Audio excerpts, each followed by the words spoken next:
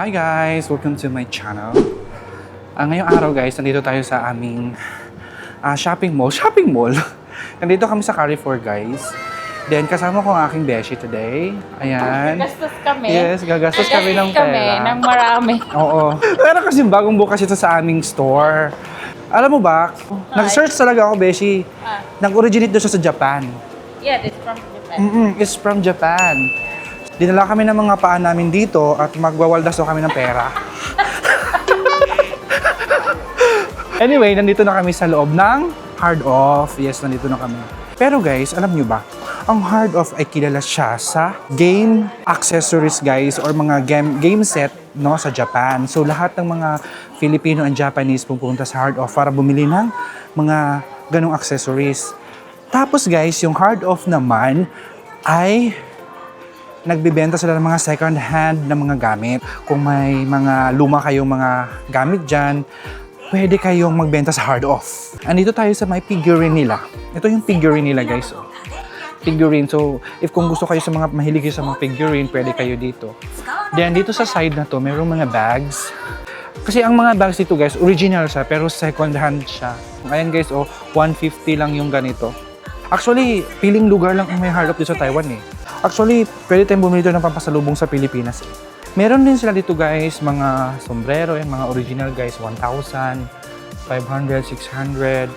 Then, meron din silang lagayan ng tubig, tumbler. At ito ang pinakamaganda guys, oh.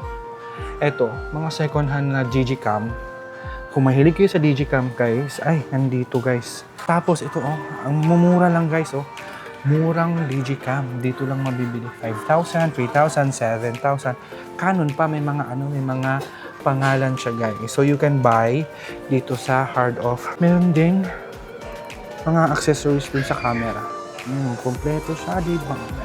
O, kung mahilig kayo sa mga ganito. Dito rin, meron din. 1,000. Oh, ang dami. Gitara, may gitara din sila. 14,000. 14,000 yung gitara. May mga electric guitar din. Meron din. Alam mo ba ang umaano sa mata ko dito guys? Ay yung mga PSP. Ayan, yung mga PSP na yan. Makikita nyo yan dito guys sa Hard Off. Tapos, meron din tayong mga laruan. Kung mahilig kayo sa laruan, no? Meron din. Dito din siya. Tapos, ayan, may mga set din sila ng mga DVD guys. Oh. May mga ganito din. So, dito lang sa Hard Off, mura lang. 50 lang guys. Para sa akin, pag marami kang pera, ang sarap pamili dito sa Taiwan.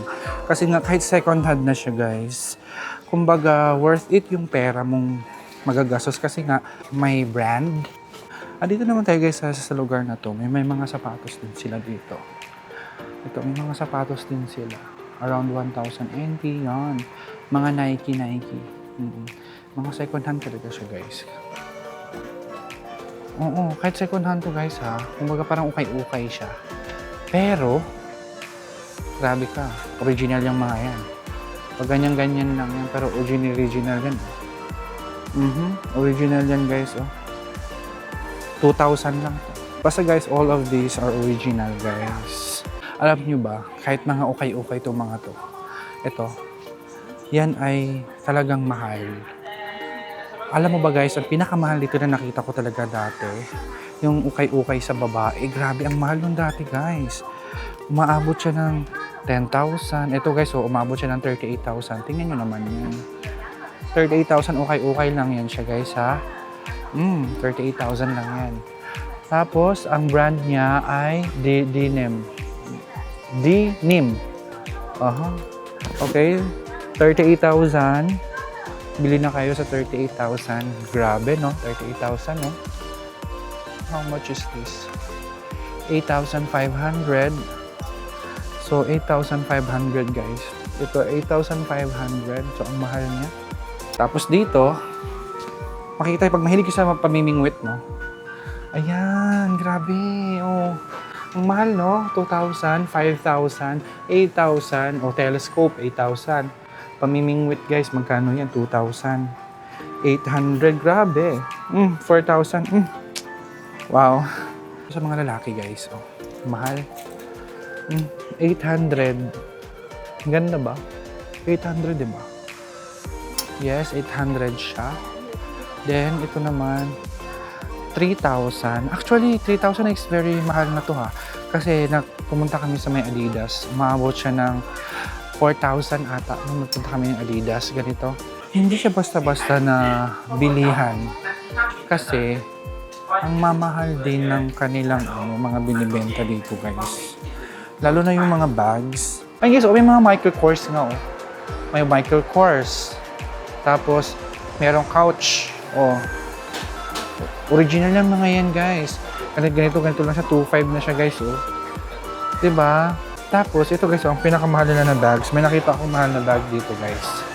Ito, umaabot siya ng 65K. 65,000. Louis Vuitton. Louis Vuitton. Ang mamahal. Ito, Louis Vuitton lahat, oh. This part. Grabe, Louis Vuitton lahat. Ito, Louis Vuitton. 50,000. Shit, man. Saan ako compare? 50,000. Oh my God. 35,000. Grabe. Ganyan lang siya. O, 35,000 na. Ganon. My God. 25,000. Umaabot na 50,000 sa Pilipinas to, guys. Ang mahal ng Louis Vuitton. Tapos dito naman, makikita natin yung Gucci. Gucci. Ito yung mga Gucci. Available na Gucci nila, guys. Gucci, Louis Vuitton. Grabe, ang mamahal din ng Gucci, guys. Oh, 5,500. 12,000. Gucci yan, ha?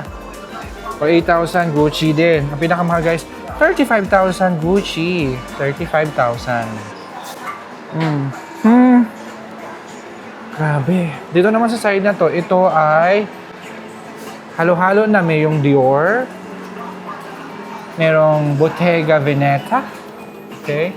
Merong Chanel. So, halo-halo na Chanel. Merong Chloe. Merong Prada.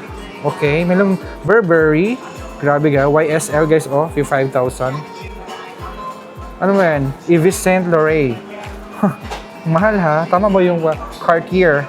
Cartier? Cartier. Hindi ko alam kung ano pag-pronounce yan. Kaya na bahala. Ang mahal dito halo-halo. Burberry. Meron isang Burberry. Fendi. Hermes. May Hermes din sila dito sa baba. Grabe, ang mahal nito, guys. Oh, Fendi. 45,000 regular price. Grabe. Siguro rare to. Wallet, 6,000. Louis Vuitton. Ay, hindi ko afford itong mga to, guys. Gucci, Chanel. Parang hindi ko kaya. Okay, guys. Nakabili na si Beshi ko. Pero siya lang yung bumili. Guys, kasi wala akong mapili.